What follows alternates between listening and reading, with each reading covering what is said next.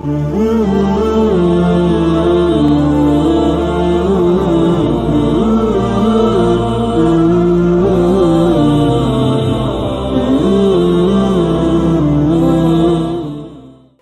T V کے محترم ناظرین، السلام علیکم۔ پروگرام الکتاب کے تیسرے ایپیسوڈ کے ساتھ حاضر ہوں۔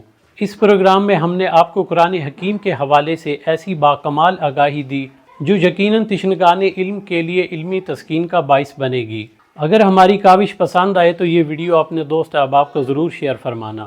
قرآن پاک کے جو نام قرآن میں آئے ہیں وہ قرآن، فرقان اور الکتاب ہے۔ یہ الفاظ الف اور لام کے ساتھ یعنی القرآن 50 بار آیا ہے، الف اور لام کے بغیر 20 مرتبہ ذکر ہوا ہے۔ حضور اکرم خود قرآن کی کتابت کی نگرانی فرماتے تھے۔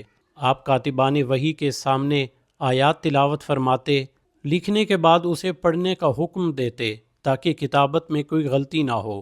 امام سیوطی فرماتے ہیں رسول خدا کی زندگی میں ہی پورا قرآن لکھا جا چکا تھا، البتہ قرآن کو کتابی شکل نہیں دی گئی تھی۔ سورتوں کے نام آپ کے تجویز کردہ تھے، البتہ ان کی ترتیب بعد میں دی گئی۔ یہ ترتیب صحابہ کرام کے ثوابدید کے مطابق تھی۔ قرآن مقدس کی پہلی تدوین حضرت علی علیہ السلام نے فرمائی، جو سورتوں کے ترتیب نزول کے مطابق تھی۔ وفات رسول کے بعد نامور صحابہ نے قرآن پاک کو جمع کرنا شروع کیا۔ ہر ایک کی تدوین اور قرأت میں اختلاف تھا۔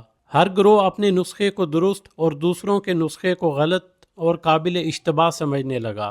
حذیفہ بن یمان کی تجویز پر خلیفہ سوم نے قرآن کے تمام نسخے جمع کرنے کے لیے ایک کمیٹی زید بن ثابت کی نگرانی میں تشکیل دی۔ کمیٹی نے ملک اسلامی کے گوش و کنار سے قرآن پاک کے نسخے جمع کیے، پھر انہیں یکساں کرنے کے بعد ایک نسخہ فائنل ہوا، باقی تمام کو تلف کر دیا گیا۔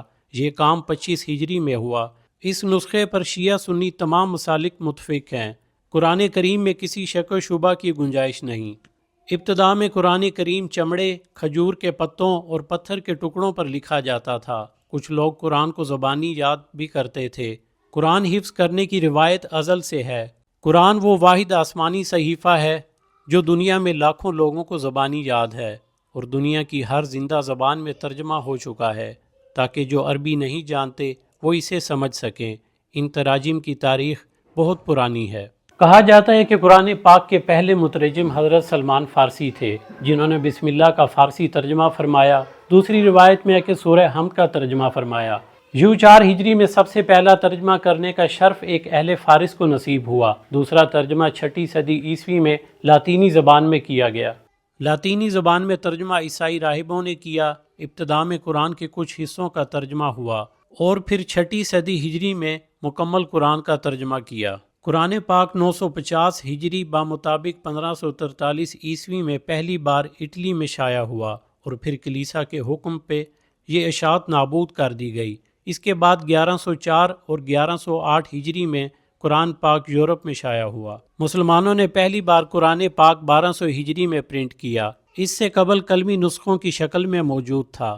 یہ نیک کام مولا عثمان نامی مرد خدا نے پیٹرز بورگ روس میں سر انجام دیا۔ پہلا اسلامی ملک جس نے قرآن کریم شائع کیا وہ ایران تھا۔ ایران میں 1243 ہجری اور 1248 ہجری میں قرآن مجید کے 2 خوبصورت لیتھوگرافی نسخے شائع ہوئے۔ بعد میں مصر، ترکی اور عراق نے شائع کیا۔ جامعۃ الزہرا یونیورسٹی کے اساتذہ کی زیر نگرانی 1342 ہجری میں قرآن چھاپا گیا، جسے عالم اسلام نے قبول کیا۔ آج کل جو قرآن عثمان طٰہٰ کے نام سے معروف ہے، اسے ایک شامی خوشنویس عثمان طٰہٰ نے رقم فرمایا تھا۔ اس نسخے کا ہر صفحہ کسی آیت سے شروع ہوتا ہے اور کسی آیت کی تکمیل پر ختم ہوتا ہے۔ قرآن مجید کی آیات کو 2 اقسام میں تقسیم کیا جاتا ہے، محکم آیات اور متشابہ آیات۔ محکم آیات ان آیات کو کہتے ہیں جو مفہوم کے لحاظ سے واضح، روشن اور عام فہم ہوں۔ قرآنی آیات کی ایک اور تقسیم بھی ہے جنہیں ناسخ آیات کہا جاتا ہے۔ یہ وہ آیات ہیں جن کے ذریعے کسی دوسری آیت کے حکم کو منسوخ کر دیا جاتا ہے۔ حزب اور پارہ قرآن کی تقسیم کی 2 اکائیاں ہیں جو مسلمانوں کی ایجاد کردہ ہیں۔ یہ قرآن کی تلاوت اور حفظ کرنے میں آسانی کے لیے وجود میں آئیں۔ اخلاقی احکامات، اعتقادات، گزشتہ امتوں کے واقعات، عبادات، توحید، معاد، تعزیرات، اسلام کے بنیادی عقائد اور اساسی احکامات قرآن مجید کے موضوعات ہیں۔ سب سے اہم قرآنی موضوع حضرت انسان ہے۔ قرآن مجید کے کچھ ایسے الفاظ بھی ہیں جن کے معنی و مفہوم سوائے رب تعالیٰ کے کوئی نہیں جانتا۔ انہیں حروف مقطعات کہا جاتا ہے۔ خالق اکبر کی یہ لاریب اور سچی کتاب دراصل اس کے بندوں کے نام پیغام ہے۔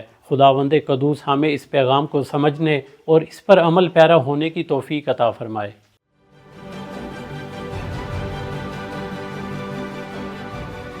عکس، سچائیوں اور حقائق کا عکس۔